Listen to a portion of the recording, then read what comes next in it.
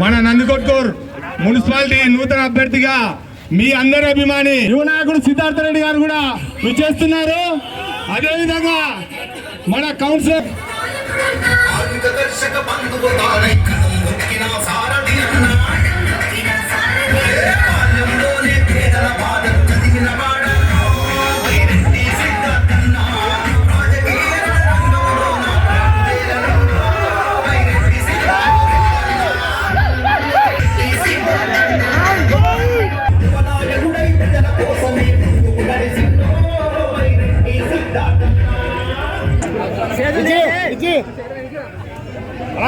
ఒక నుంచి ఇక్కడ చూడనా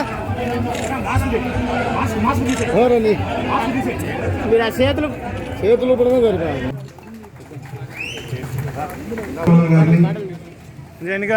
ఎన్నికరాండి. అలాగే పురసాగర్ గారిని వేదిక మీదకి వస్తా ఉన్నారు.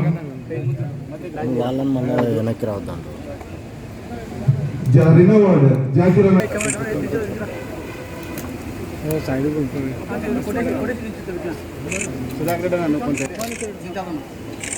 చాలా మంచి చిన్న ఫోటో వచ్చింది.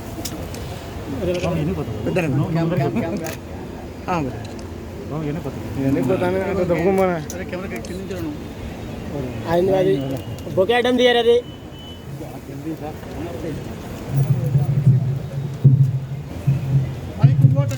మర్చిమారెడ్డి అన్న ఎట్లేదు పెద్ద ఎట్లా పెద్ద ఎట్లా తిరగండి.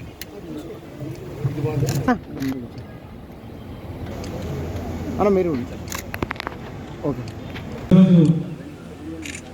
నందికొట్కూరు నియోజకవర్గ పురపాలక సంఘం ప్రమాణ స్వీకార కార్యక్రమానికి ఇచ్చేసినటువంటి నందికొట్కూరు నియోజకవర్గ ప్రజలకి, గెలుపొందిన వార్డు మెంబర్లకి, వేదిక మీద ఉన్న పెద్దలకి అందరికీ ముందుగా నా హృదయపూర్వక నమస్కారం.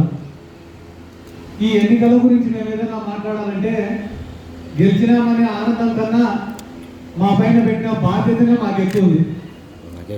ఎందుకంటే గెలిచడం అనేది వేరే అంశం, కానీ మేము గెలిచిన వార్డులలో ఒక్కొక్క వార్డులో వచ్చిన మెజార్టీలు 500, 600, 400, 300 అంటే ప్రజలకు వైఎస్ఆర్ కాంగ్రెస్ పార్టీ పైన ఎంత నమ్మకం ఉంది, జగనన్న నాయకత్వం పైన ఎంత నమ్మకం ఉందనేది ఒక క్లియర్ మ్యాండేట్ ఇచ్చినారు.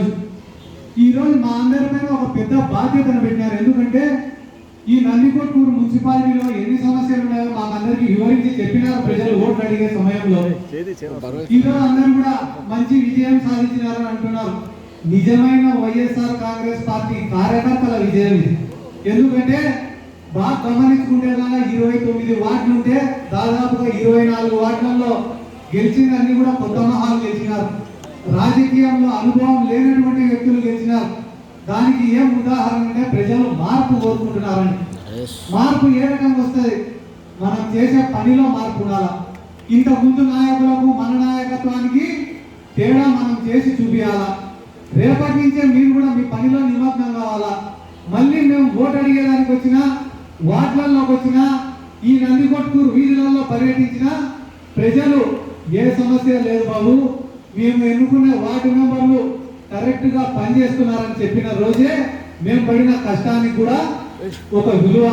ఎందుకంటే కానీ మీరే బాగా గమనించండి, నాకైతే ఈ నందికొట్కూరులో తిరుగుతున్నప్పుడు ముఖ్యంగా నా దృష్టికి వచ్చిన సమస్యలు ఇప్పుడు ప్రెసెంట్గా ఒకటి ఇసుక కొరత ఉందని చెప్పేది. నందికొట్కూరులో ఇసుక స్టాక్ పాయింట్ లేదని చెప్పి అన్నిటికంటే ప్రముఖంగా వినిపిస్తున్నటువంటి సమస్య. ఎక్కడెక్కడికో ఇసుక పోతుంది కానీ మన నందికొట్కూరు పై నుంచి ఇసుక పోతున్నా మన నందికొట్కూరులో ఎందుకు ఇసుక స్టాక్ పాయింట్ పెట్టాలా, ఇసుక రీచ్ పెట్టాలా మనకు అని చెప్పి ప్రతి ఒక్కరు అడుగుతున్నారు. ఏమన్నా నాయకులు ఏమన్నా ఒక్కొక్కరు కుమ్మకైనారా, అందరికీ వాటాలు బాగా ముడుతున్నాయా, అందుకే నందికొట్కూరుకు ఇసుక లేదా అని అడుగుతున్నారు. అది వాటాలు ముట్టించుకుంటున్న నాయకులు ఎవరో మనమే ప్రజలకు చెప్పాల్సినటువంటి అవసరం ఉంది.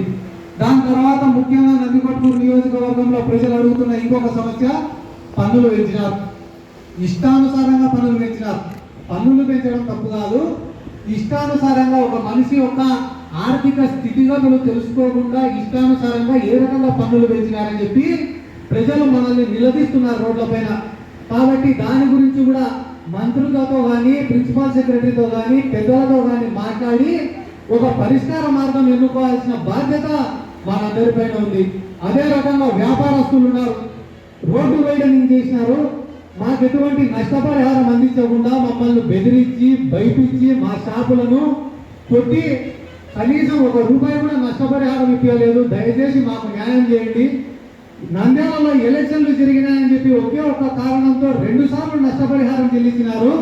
అంటే ఎన్నికల సమయంలో మాత్రమే ప్రజలు కనిపిస్తారా అని చెప్పి ఇదే నందికొట్కూరులో ప్రజలు మనల్ని అడగడం జరిగింది. ఈ సమస్యలకు పరిష్కార మార్గం మీరు వెతుకుతూనే ప్రతిరోజు మీకు మున్సిపల్ కౌన్సిల్లో సమావేశం జరిగిన ప్రతిసారి మీ గలం వినిపించాల్సినటువంటి అవసరం ఈ రోజు మనందరిపైన ఉన్నటువంటి బాధ్యత.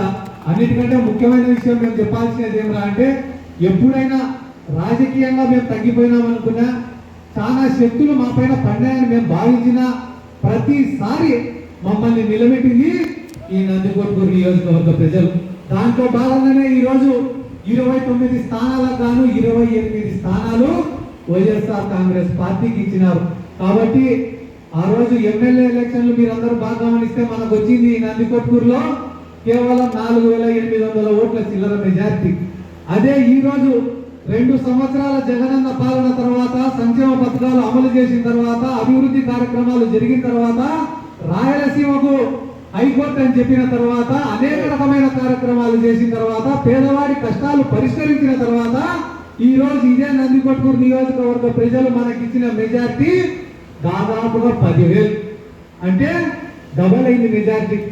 కాబట్టి ఇలాగనే కష్టపడి పనిచేస్తే, మీరందరూ చిత్తశుద్ధితో పనిచేస్తే రేపు ప్రజలు మనకి ఇచ్చిన బాధ్యత రాయిది అని చెప్పి మీరు గాన నిజాయితీగా ఉంటే వచ్చే ఎన్నికలకు నిలబడేదానికి కూడా ఎవరు సాహసం చేయరు. ఆ రకంగా మనం అందరం కూడా కంకణం కట్టుకొని, నేను ఏ ఒక్కరి పేరు కూడా చెప్పడం లేదు. ఈరోజు వేదిక మీద ఉన్న పెద్దలు ఉన్నారు, కింద నాకు తెలిసిన మొఖాలు చాలా ఉన్నాయి, కానీ ఏ ఒక్కరి పేరు కూడా నేను ఎందుకు ప్రస్తావించడం లేదంటే ఈ విజయం వెనకాల ప్రతి ఒక్కరి కృషి ఉంది. కాబట్టి చెప్పలేనన్ని పేర్లు ఉన్నాయి. ఇక్కడ యువకులు ఉన్నారు ఎంతో మంది, కంకణం కట్టుకొని నిద్రాహారాలు మాని మరీ పనిచేసినారు. పార్టీ గెలిచాలని కాదు, మంచి నాయకత్వం రావాలా, మంచి నాయకత్వం వస్తేనే నందికొట్కూరులో మార్పు అనేది సాధ్యమవుతుందనే ఉద్దేశంతో ప్రతి ఒక్కరు కూడా కంకణం కట్టుకొని పనిచేసినారు. జగనన్న నాయకత్వంలో మీరే ఆలోచన చేయండి.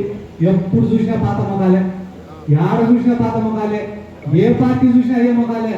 కానీ మన జగనన్న ఇచ్చిన అవకాశం దాదాపుగా 70-80% మంది కొత్త మొహాలు ప్రత్యక్షమైనారు. ఈరోజు మన నందికొట్కూరులోనే కాదు, రాష్ట్రంలో ఏ నాయకుడైనా కూడా ఎవ్వరు చేయడం లేదు సాహసం. కానీ జగనన్న మాట చెప్పిన ప్రకారం బీసీ, ఎస్సీ, ఎస్టీ, మైనారిటీలకే రాజ్యాధికారాన్ని ఇచ్చినాడు. ఇది ఎంతవరకు సాధ్యమైందో అందరూ కూడా గుండెల మీద చేసుకుని ఆలోచన చేయండి. ఎవరు చేయలేని పనిని చేసి మన రాష్ట్ర ప్రజల గుండెల్లో చిరస్థాయిగా నిలిచిపోయినాడు. మీరే ఆలోచించుకోండి. రేపు ఎల్లుండో జెడ్పీటీసీ, ఎంపీటీసీ ఎన్నికలకు నోటిఫికేషన్ వస్తాయి.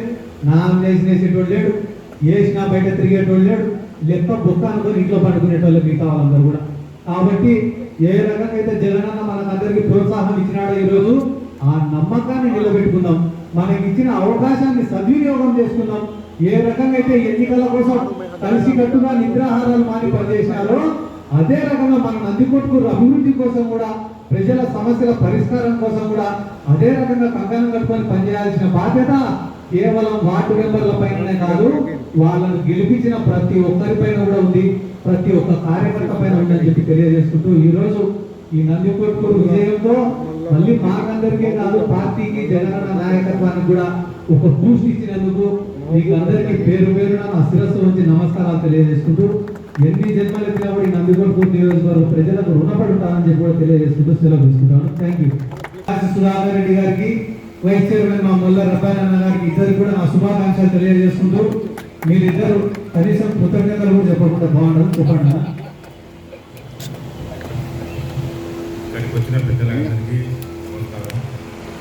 మన ప్రియతమ ముఖ్యమంత్రి వైఎస్ జగన్మోహన్ రెడ్డి ఇచ్చిన ఈ పదవిని మరియు మన సమన్వయకర్త వైరెడ్డి సుధాకర్ రెడ్డి నన్ను ఎంతో కొద్దిగా ముందుకు నడిపిస్తూ ఈ నందికొట్కూరు ఏ రోజైనా ఎన్ని సమస్యలు ఉన్నాయన్నా అని ప్రతిరోజు చర్చించుకుంటూ రేపు జరుగు అభివృద్ధిలో ప్రతిరోజు నాకు తోడుగా ఉంటూ మాకు తెలిసిన కొన్ని వాటి వరకే సమస్యలు కానీ సిద్ధార్థ రెడ్డి అన్నట్టు ఈ నియోజకవర్గంలోనే కాదు మొత్తం మీద మన నందికొట్కూరు టౌన్లో ఇంకా అభివృద్ధిగా ప్రతి వార్డులో ప్రతి సందులో చాలా సమస్యలు తెలుసు. వాటిని మాకు గుర్తు చేస్తూ మమ్మల్ని ముందుకు నడిపిస్తూ ఉంటారని ఆశిస్తున్నాను. ఇక్కడికి వచ్చినటువంటి అందరి పెద్దలకి, ఈ పదవి ఇచ్చిన కోరెడ్డి సిద్ధార్థ రెడ్డి గారికి నేను రుణపడి ఉంటానని ఈ సభాపూర్వకంగా